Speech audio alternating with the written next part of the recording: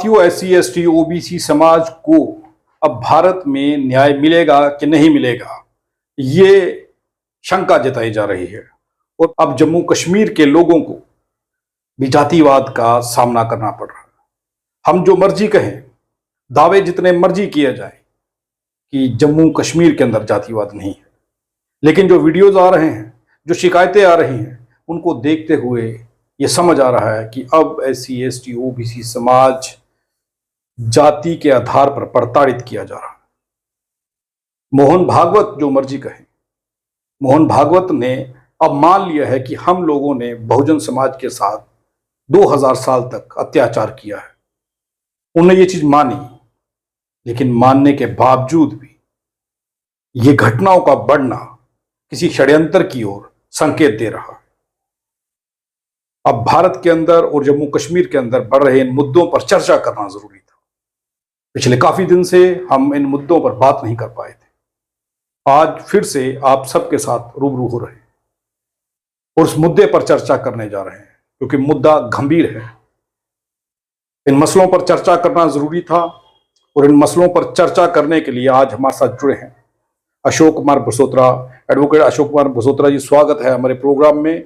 और देखने वाले सभी दर्शकों को, जिन लोगों ने हमें फोन कॉल किया है, उन्होंने ये कहा है कि एडवोकेट साहब को बुलाइए और इस पर चर्चा करिए, ताकि जो मामले हो रहे हैं लोगों को समझ लग सके कि उन्हें किस तरीके से SC ST एट्रोसिटी एक्ट का मामला दर्ज करवाना है या फिर उन मामलों से कैसे निपटना है। बहुत बहुत शुक्रिया संसार जी, और दर्शकों का भी बहुत बहुत अभिनंदन। देखिए, इतिहास गवाह है जी, प्रताड़ना लंबे अरसे से है। 2000 साल उन्होंने कहा है, 2000 नहीं तो कम से कम 800-900 साल का तो इतिहास है जी, जिसमें पिछले 500-600 साल का गंभीर इतिहास है। और मोहन भागवत जी जो कह रहे हैं वो उनकी कथनी अलग है और उनकी जो करनी है वो हमारे सामने है जी। संविधान सम्मत जितना आरक्षण है उसको हम संघ के लोग तो पूरा समर्थन देते हैं। हमने अपने ही समाज के बंधुओं को सामाजिक व्यवस्था के तहत पीछे रखा। उनका जीना पशु समान हो गया तो हमने चिंता नहीं की, और ऐसा कम से कम 2000 वर्ष चला ही है। धीरे धीरे महाभारत में ऐसे उदाहरण मिलते हैं जात पात के उल्लेख से, और कुछ बातें नहीं दी तो इक्का दुक्का है कि जन्म से जात पात नहीं माननी चाहिए वगैरह वगैरह। तो तब शुरू हो गया और धीरे धीरे बहुत विकट स्थिति में पहुंचा।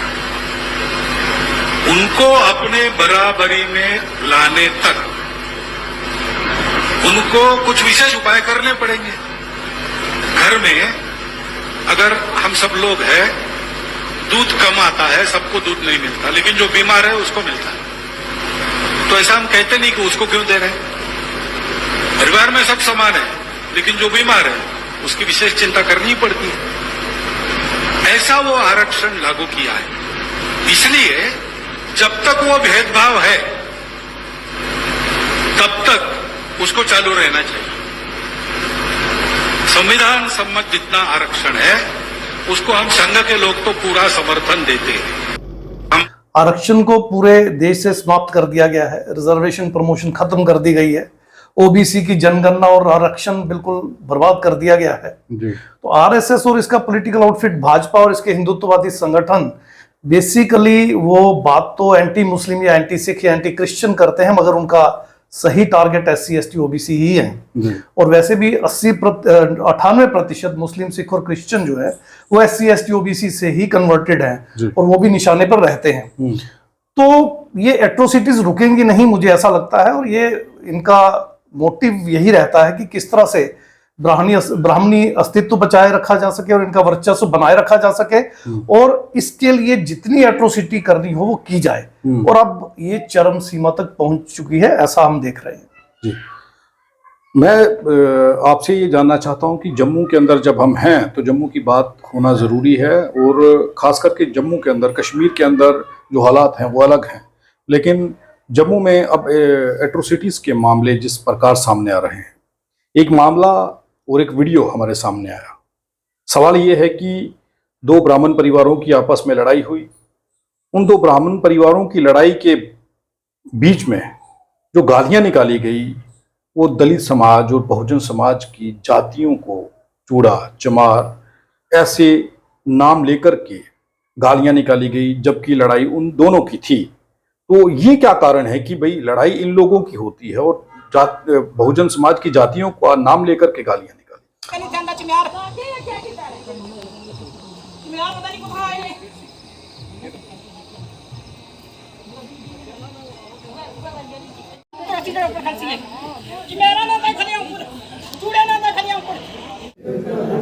श्री विपिन कुमार और कमली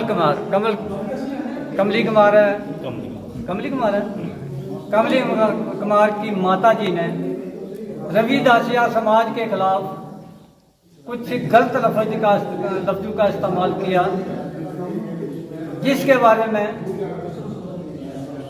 हर जो ये वीडियो जो है वो वायरल हो चुकी थी और यहाँ तक के डेरे तक इसका पता लग चुका है। आज हमारे पास कुछ अपना शर्मा समाज के ब्राह्मण बरादरी के लोग, जिसमें सरपंच जगदीश राज जी, उनके बेटे अपना जिस लेडी ने गलत लफ्ज इस्तेमाल किए, उनके दो बेटे वो भी यहाँ पर मौजूद हैं। नायब सरपंच सुभाष चंद्र भी मौजूद हैं, अपने सुभाष चंद्र दूसरे बलवीर राज जी पंच जो है वो भी मौजूद हैं। उनके सामने विपिन कुमार और कमली कुमार ने अपनी माँ के बियाफ में, माता जी के बियाफ में माफ़ी मांगी है कि हमारी माता जी ने रविदासिया समाज के खिलाफ गलत लफ्जों का इस्तेमाल किया है, उसके लिए हम माफ़ी चाहते हैं। और उसी विषय में तकरीबन हमारा समाज भी और ब्राह्मण समाज भी, समाज के लोग भी यहाँ पर इकट्ठे हुए हैं और सभी के सामने उनके बेटों ने यहाँ पर माफ़ी मांगी है। और क्योंकि उन्होंने उनके बाकौल उन्होंने कहा कि हमारी माता को गिर गए थे, उनके वो चल नहीं सकते, वो बेड पे हैं, नहीं आ सकते, उनके भी यहाँ पर हम माफ़ी मांग रहे हैं। तो 5 सितंबर 2023 को एक मीटिंग गुरु रविदास मंदिर में मुनक्कद हुई, जिनने कोई गलत लफ्ज अगर बोले थे और इनके कहने के मुताबिक वो इफाज आपस में लड़ाई का मसला था, तो उसमें वो बोल रहे थे तो किसी कम्युनिटी का अगर नाम बीच में आ गया है तो ये उसके लिए माफ़ी मांग रहे हैं और उसमें हमारी जितनी बरादरी है इन्होंने इनको माफ़ किया है। और इसके बाद ये खुद भी वीडियो अपनी बना के विपिन कुमार शर्मा आर सालकोट, हमारी दो पार्टियों की लड़ाई चल रही थी, उसमें मेरी माता जी ने कुछ अभद्र शब्द यूज़ किए हैं रविदास समाजिया के खिलाफ। तो अगर किसी को बुरा लगा हो तो हम माफ़ी मांगते हैं। मेरे बड़े भाई साहब मेरे साथ में मौजूद हैं, मेरी माता जी बीमार है, वो यहाँ नहीं आ सकते हैं, उसके लिए हम दोबारा माफ़ी मांगते हैं। किसी भी समाज को अगर बुरा लगा हो तो हमें कहना पड़ेगा। राजौरी का ये वाक्य है, मैंने भी देखी है वो वीडियो, ब्राह्मण परिवारों की लड़ाई है और उसमें एक दूसरे पे कीचड़ उछालने वाला वो सीन है जिसमें उन्होंने इस तरह के अपशब्दों का इस्तेमाल किया है। संसार जी, इनकी जहनियत को समझना होगा, इनकी मानसिकता को समझना होगा, इनकी मेंटल जो एक स्टेज है जिसमें हमेशा से ये हमारे साथ नफरत करते हैं, एससी के साथ, एसटी के साथ, ओबीसी के साथ, वो नफरत इनके अंदर कहीं ना कहीं at the back of mind भरी रहती है पूरी तरह से। और जब भी इनको मौका मिलता है ये उस नफरत का इजहार कर देते हैं। देखिए, हालांकि लड़ाई दोनों परिवारों में थी और दोनों परिवार ब्राह्मण समाज के थे, एक ही समाज के थे। वो अपने इष्ट देव को गाली देते, दूसरे के इष्ट देव को गाली देते, एक दूसरे के परिवार के सदस्यों को गाली देते, वो कहीं ना कहीं उनसे रिलेटेड लोगों को गाली देते।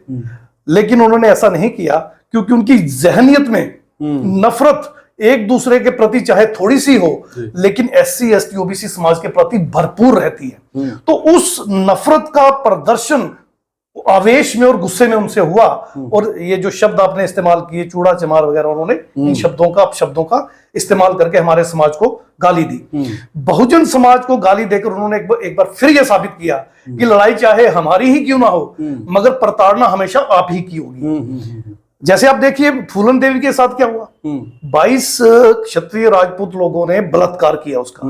अब जब उसने उनको गोली से उड़ा दिया, मार दिया, कोई एक आधा बचा था उसमें से, बाकी तो उसने मार दिए। तो ये एपिसोड जो है, इसमें आज भी अपर कास्ट की, सो कॉल्ड अपर कास्ट लोगों की मानसिकता क्या है कि फूलन देवी एक डकैत थी, वो एक कातिल थी। जो उसके साथ हुआ उस पे उनकी कोई प्रतिक्रिया नहीं आती।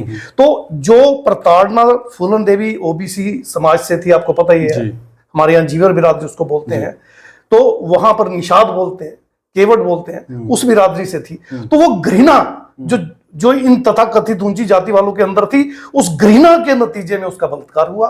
उसको नंगा करके पूरे गांव में घुमाया गया, कुएं से नंगा करके उसे पानी भरवाया गया।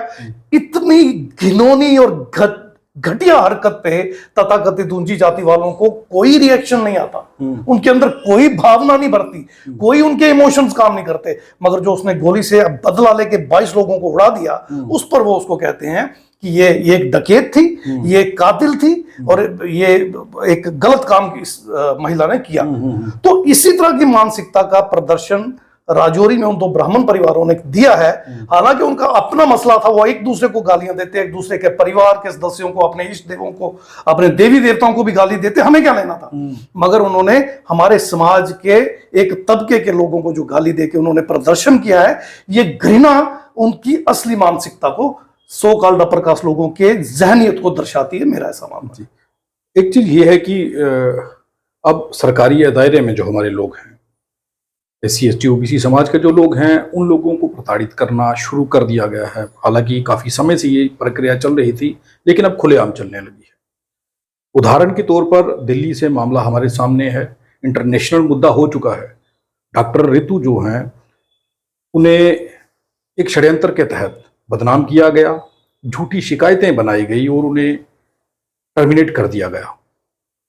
और जिस डॉक्टर सविता रॉय जो प्रिंसिपल हैं वहाँ की, उन्होंने उन्हें कॉलेज से निकाला वहाँ से, और उसके बाद में उनके ऊपर जो इल्ज़ाम लगाए, बाद में वो बेबुनियाद निकले।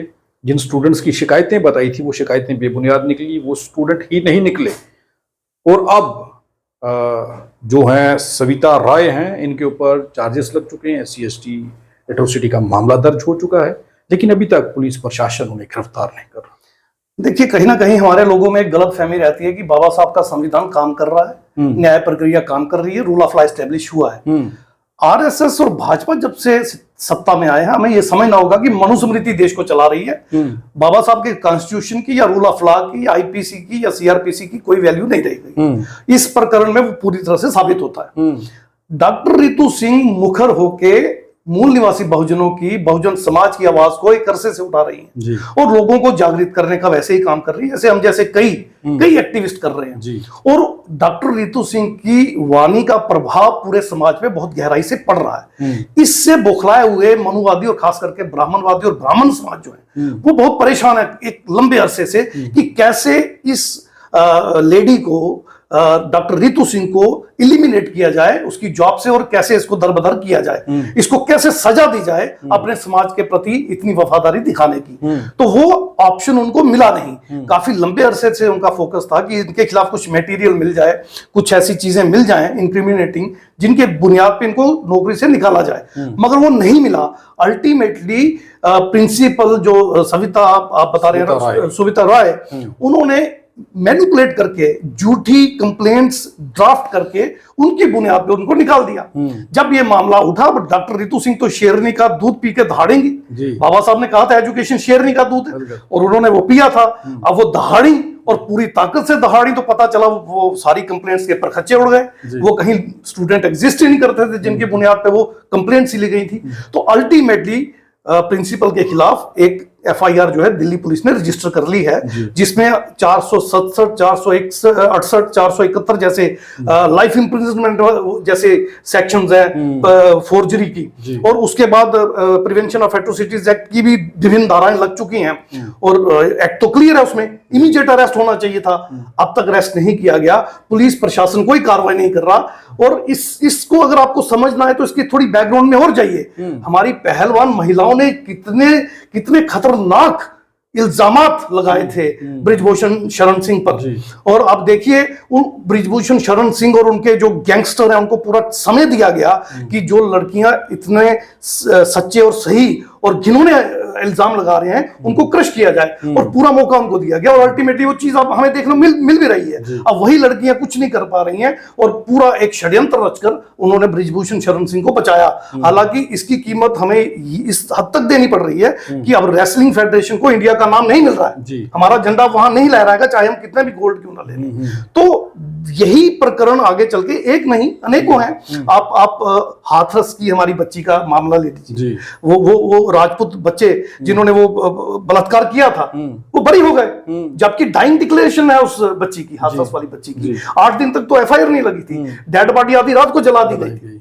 कितना अत्याचार, ये कहाँ है बाबा साहब के संविधान में, कहाँ आईपीसी सीआरपीसी में? ये तो मनुस्मृति के कानून ही लागू हुए हैं, हमें देखना होगा। उन्नाव का ले लीजिए, उन्नाव के केस में ले लीजिए, फिर उसके बाद एक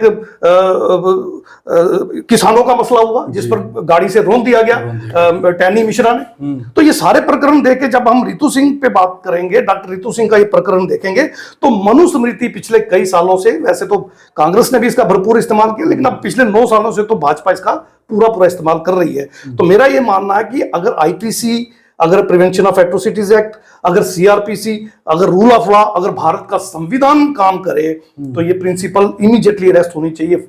इसके खिलाफ एफआईआर ही नहीं, पूरा एक चालान बनना चाहिए, चार्जशीट बननी चाहिए, कोर्ट में दायर होनी चाहिए, और सबूतों के साथ वहां पे पेश करने के बाद एक न्याय प्रक्रिया जो है अपना टाइम ले, बड़ा कम समय ले, और उस प्रिंसिपल पे जो कानूनी कार्रवाई है उसको सजा जो है मिलनी चाहिए थी, मगर वो नहीं हो रहा है। तो मेरा ये मानना है कि ये मनुवाद, ब्राह्मणवाद का ग्लेयरिंग एग्जाम्पल हमारे सामने है। ये मनुस्मृति जो है बाबा साहब के संविधान पे भारी पड़ रही है, उसका ग्लेयरिंग एग्जाम्पल मेरी समझ में आता है। एक चीज और कही जा रही है सर कि बड़े सारे लोगों में, बहुजन समाज में चर्चाएं चल रही हैं इस चीज को लेकर के प्रोफेसर चंद्रशेखर, जिनको सुसाइड करने पर मजबूर किया गया, मामला इतनी तेजी से बढ़ा था और इतनी आवाज उठी थी, और कई सारे लोगों के नाम इस मामले में दर्ज किए गए थे, और जांच का विषय था ये, और जांच शुरू कर दी गई थी, लेकिन अभी तक कोई रिपोर्ट सामने नहीं आई। अब उसके जो प्रोफेसर चंद्रशेखर हैं, उनकी पत्नी भी हताश नजर आ रही हैं, उन्हें भी ये लग रहा है कि अब इंसाफ मिलेगा या नहीं मिलेगा। आखिर ये शिक्षा के दायरे में जो चल रहा है ये कैसे देख रहे हैं? क्योंकि शिक्षा के दायरे से जो प्रोडक्ट निकलते हैं, जो लोग शिक्षा लेकर के निकलते हैं, बात करते हैं, अगर वहीं पर उन प्रोफेसरों की हत्याएं होने लगी, उन प्रोफेसरों को टर्मिनेट करना शुरू कर दिया गया, तो फिर शिक्षा का क्या हो? संसार जी, थोड़ी बैकग्राउंड के साथ आपको इस प्रकरण को समझाने की कोशिश करता हूँ, मेरे दर्शक भी जरूर जानना चाहेंगे। 1988 में मैंने जम्मू यूनिवर्सिटी ज्वाइन किया था LLB जी, फिर मैंने वहाँ पे LLB की, कंपनी सेक्रेटरीशिप की, FCS वहाँ से बना मैं। तो काफी 5-6 साल 7 साल का वहां मेरा एरा है। तो उन दिनों मैं देखता था कि SC ST OBC की सीटें अक्सर स्टूडेंट्स की भी अपर कास्ट लोग जाली सर्टिफिकेट बना के खा जाया करते थे। और दूसरी चीज मैं देखा करता था कि ये प्रोफेसर्स की जो रिजर्वेशन खास करके SC ST की, ये नहीं दी जाती थी। तो मैंने जो कमीशन है हमारे, national commission for backward classes, national commission for schedule caste, national commission for schedule tribe, उनको मैंने बड़ी बड़ी रिप्रेजेंटेशन दी थी। तो national commission for backward classes के एक मेंबर यहाँ पे आए थे, उन्होंने एक रेड जम्मू यूनिवर्सिटी में की थी, जिसमें जब मट्टू साहब हमारे यहाँ VC हुआ करते थे, और उस रेड में उन्होंने वो सारा मटेरियल इकट्ठा करके उस वक्त की minister for social justice and empowerment Meera Kumar को दिया, वो तो SC थी। फिर वही मटेरियल जो है वो मनमोहन सिंह जी के पास गया, और फिर उन्होंने स्ट्रिक्ट एक्शन लिया। उसके बाद SC ST की सीटें निकली, और करीब 50 से 60 सीटें SC की ऐसी थी जिन पे प्रोफेसर लगे थे, जिनमें ये प्रोफेसर साहब भी लगे थे जिनका आज आप जिक्र कर रहे हैं, चंद्रशेखर जी का सफर वहां से शुरू, और आगे चलते चलते वो एक मुकाम पे पहुंच गए थे। अब वो HOD बनने वाले थे। अब SC ST OBC की तरक्की को तथाकथित मनुवादी ब्राह्मणवादी ऊंची जातियां किसी कीमत बर्दाश्त नहीं करती। और जम्मू यूनिवर्सिटी का ब्राह्मणवाद मैंने खुद देखा है, मैंने खुद सहा है, मैं उस आग से तप के बाहर निकला हूं, तो मैं समझ सकता हूं कि इनकी क्या हालत हुई होगी। जैसे दिल्ली यूनिवर्सिटी की प्रिंसिपल ने डॉक्टर रितु सिंह के खिलाफ झूठे लेटर और कंप्लेंट्स बना के एक्शन लिया, बिल्कुल उसी तरह के झूठे सारे आरोप लगा के, झूठे लेटर बना के, स्टूडेंट्स की तरफ से झूठे आरोप प्रत्यारोप करके डॉक्टर चंद्रशेखर पे एक्शन की बात चल पड़ी थी। उन्होंने लाख दुआइयां दी होंगी, मैरिड थे, उनकी वाइफ भी यहीं रहती थी, उनके बच्चे भी यहीं रहते थे, वो गलत कर ही नहीं सकते थे, तो लाख दुआइयां उन्होंने दी, मगर उनकी जब नहीं सुनी गई, उनको पता चल चुका था कि अब ये मुझे मरने पे मजबूर कर रहे हैं, तो अल्टीमेटली उनको सुसाइड करना पड़ा अपने आप को सच साबित करने के लिए। अब उसके नतीजे में तब मामला शांत करने के लिए वो सारे एक्शंस हुए जिनका भी आपने जिक्र किया, लेकिन अंदर से कहीं ना कहीं मनुवादियों की मानसिकता थी कि with the flux of time, समय के बीतने के साथ ये लोग भूल जाएंगे, फिर हम इसको हशप कर लेंगे और अपने मनुवादी लोगों को जिनकी वजह से इन्होंने आत्महत्या की है उनको हम बचा लेंगे। और वही प्रकरण ऐसा ही हो रहा है, वही प्रकरण आज हमारे सामने आ रहा है। इनकी जगह अगर किसी ब्राह्मण प्रोफेसर की इस तरह की हत्या हुई होती या आत्महत्या उसने की होती या किसी क्षत्रिय वैश्य ने की होती, मैं दावे के साथ कह सकता हूं कम से कम 6 महीने तक जुलूस निकलने थे, और जब तक कल्प्रिट्स को सजा नहीं हो जाती तब तक ये प्रकरण ठंडा ना पड़ता, क्योंकि ये बेचारे SC समाज से थे, हम सब जानते हैं, तो इनके साथ ये होना स्वाभाविक है। मैंने पहले ही कहा मनुस्मृति पूरे जोर से लागू है। अब मूल निवासी बहुजनों को सत्ता यानी शासन, प्रशासन, न्यायपालिका, मीडिया, सब पे कब्जा करना होगा। आप देखिए लोअर कोर्ट छोड़िए, हाई कोर्ट और सुप्रीम कोर्ट में भी तो ब्राह्मण जजेस बैठे हैं या तथाकथित ऊंची जाति के जजेस बैठे हैं, और उनका असर लोअर जुडिशरी पे पड़ता है। और आपको जानकर हैरानी होगी, वो ऊपर से इतना इन्फ्लुएंस लड़ाते हैं। अगर सपोज दो पार्टियों में कोई डिस्प्यूट है, चाहे मैट्रिमोनियल डिस्प्यूट क्यों ना हो, एक तरफ अपर कास्ट की लेडी हो या बंदा हो, दूसरी तरफ मूल निवासी बहुजन हो, अपना बहुजन समाज का व्यक्ति हो, तो आप देखिएगा हाई कोर्ट के जजेस का इतना प्रेशर रहता है कि वो पूरा का पूरा सिस्टम मूल निवासी बहुजन के खिलाफ, चाहे वो इस तरफ हो या इस तरफ हो, पूरा काम करने लग जाता है। और बड़ी बड़ी डील्स में सेटलमेंट होने लगती है, मूल निवासी बहुजनों के घर तक बिक जाते हैं, और शायद उनका हिस्सा हो सकता है हाई कोर्ट के जजों को भी ना जाता हो। और आप देखिए उन्हीं जजों का कोई रिश्तेदार वहां पे एक आधा वकील भी आपको मिल जाएगा। आप जम्मू को स्टडी कर लें, पंजाब को स्टडी कर लें, बाकी हाई कोर्ट, सुप्रीम कोर्ट को स्टडी कर लें, तो जुडिशरी में भी ये चीजें देखने को मिलती है। तो बहुजन समाज के लिए मेरी एक तजवीज, एक मैसेज रहेगा कि शासन, प्रशासन, न्यायपालिका, मीडिया और देश के साधनों संसाधनों को जब तक आप इन तथाकथित विदेशी घुसपैठिए विदेशियों को, इन मनुवादियों को इनसे आप छीन नहीं लेंगे, इनको उनसे बेदखल नहीं कर देंगे, आपका हाल बिल्कुल ऐसा ही होगा जिन हालात की आज हम चर्चा कर रहे हैं। ये हम चर्चा ही करते रह जाएंगे, मगर ये एट्रोसिटीज हमारे साथ बंद नहीं होगी जब तक हम दम रख के बाहर नहीं निकलेंगे। तो मेरा इशारा समझना इनके लिए, अपने समाज के लिए जरूरी है कि अब हमें सड़कों पे निकलना होगा, पूरी दम, पूरे ताकत के साथ अब हमें लड़ना होगा, और अपना समाज बचाने के लिए दिन रात हमें स्ट्रगल करनी होगी, एक संघर्ष करना होगा। जो बाबा साहब का बताया रास्ता है संघर्ष और संवाद का, संवाद तो आपको हमारा सुन नहीं रहा, तो संघर्ष से अब हमें अपनी बातें मनवानी होंगी, ये मेरा मानना है। बहुत धन्यवाद अशोक जी हमारे साथ बात करने के लिए।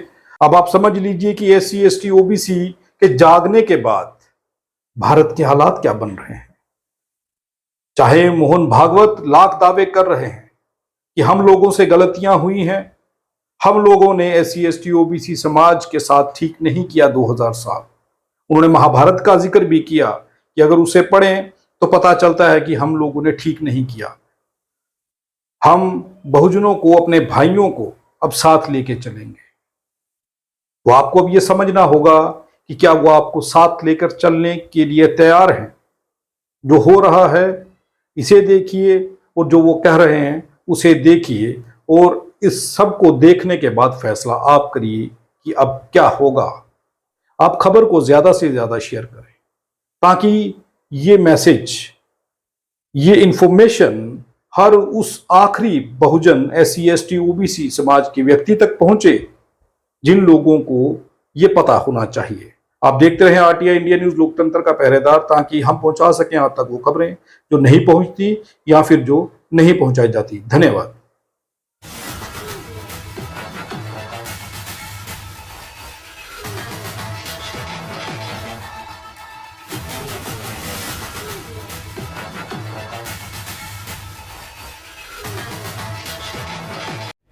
अगर आप भी चाहते हैं कि RTI इंडिया न्यूज़ आप सबकी आवाज़ इसी प्रकार उठाता रहे तो RTI इंडिया न्यूज़ की आर्थिक सहायता करें। हर माह 99 रुपये दे करके RTI इंडिया न्यूज़ की सपोर्ट करें ताकि RTI इंडिया न्यूज़ इसी प्रकार आपके मुद्दों को उठा सके और सरकार के कानों तक पहुंचा सके।